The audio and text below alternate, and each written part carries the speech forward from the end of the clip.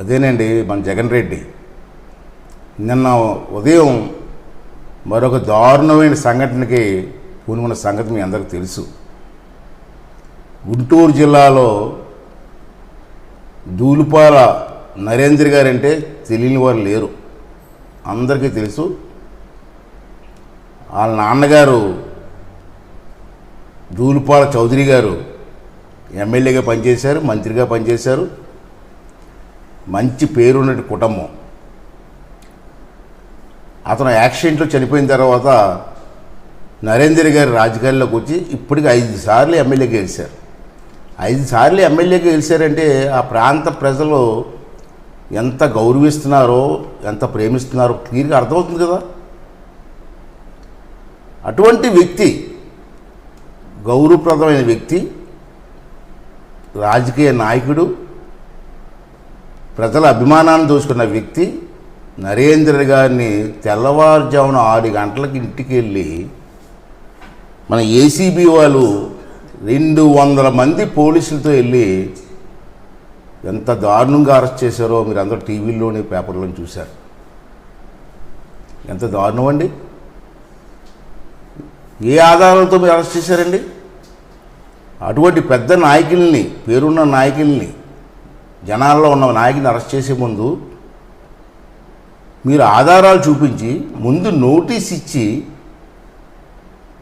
మీరు యాక్షన్ తీసుకోవాలి.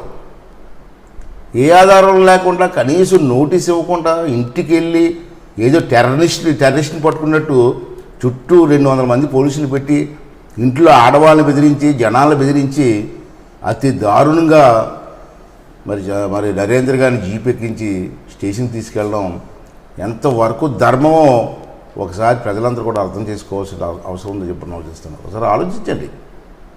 ఏంటి దారుణాలు, ఏంటి శాడిస్ట్ ముఖ్యమంత్రి చేస్తున్న కార్యక్రమాలు, కక్ష సాధింపు చర్యలు. ఇవాళ రాష్ట్రంలో కరోనాతో ఎంతోమంది చచ్చిపోతూ ఉంటే హాస్పిటల్లో టెస్టులు లేవు, టెస్టింగ్ కిట్లు లేవు, హాస్పిటల్కి వెళ్తే పడుకోవడానికి మంచాలు లేవు, చూసే నాదులు లేడు.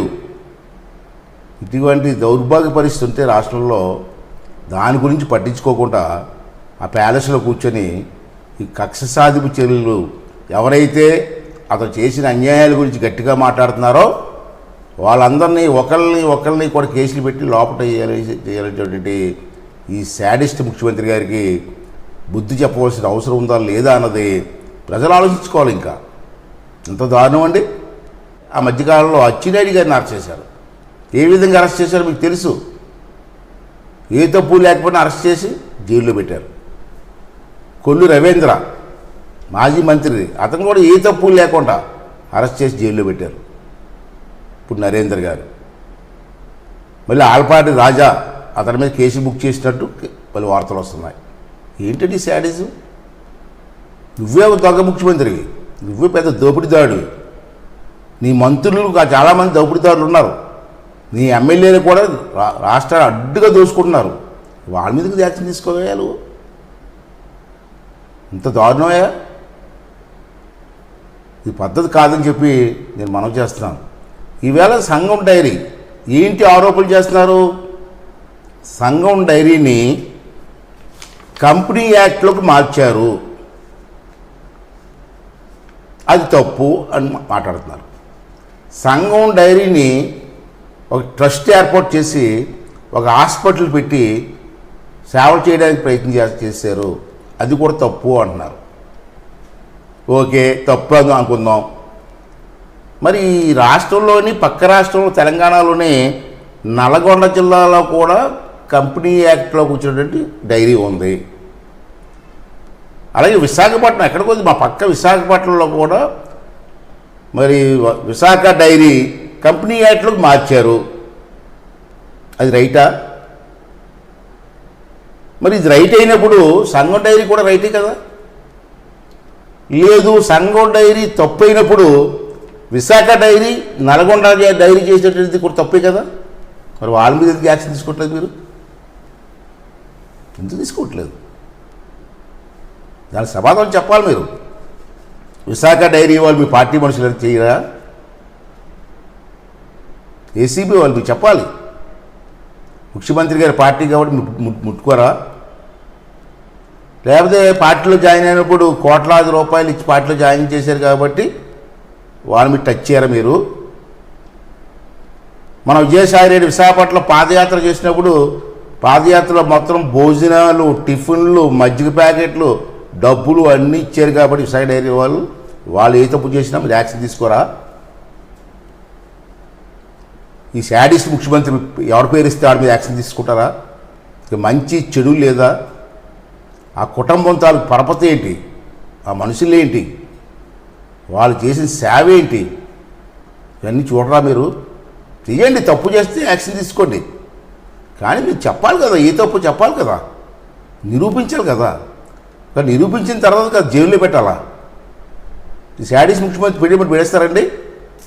ఇది చాలా తప్పు అని చెప్పి ఈ సందర్భంలో మనం చేస్తున్నాము. మరి నరేంద్ర గారు చేసిందే తప్పు అయితే విశాఖ డైరీ చేసింది కూడా తప్పే కదా, నల్గొండ చేసింది డైరీ చేసింది కూడా తప్పే కదా. మీకు నిజంగా మానవత్వం ఉంటే ఏసీబీ వాళ్ళు మీ డ్యూటీ మీద మీకు నమ్మకం ఉంటే మీరు వాళ్ళు కూడా యాక్షన్ తీసుకోండి. ఇప్పుడు నేను మాట్లాడింది ఏది తప్పు ఉంటే నాకు రిప్లై ఇవ్వండి, తప్పులేదు.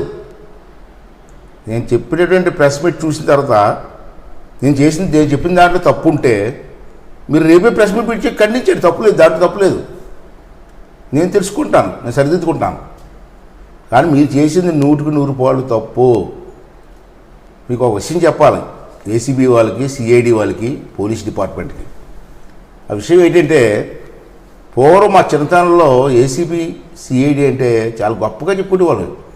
సిఐడి అట, ఏసీబీ అట, ఏదైనా కేసు తీసుకుంటే న్యాయం చేస్తారట, మంచి డిపార్ట్మెంట్లు అని చెప్పుకుంటేవారయ్యా. మీరు ఈవేళ చూస్తే ఇలా దిగజారిపోయారు, నాకు అర్థం అవ్వదు. మీది అటానమస్ బాడీ మీది.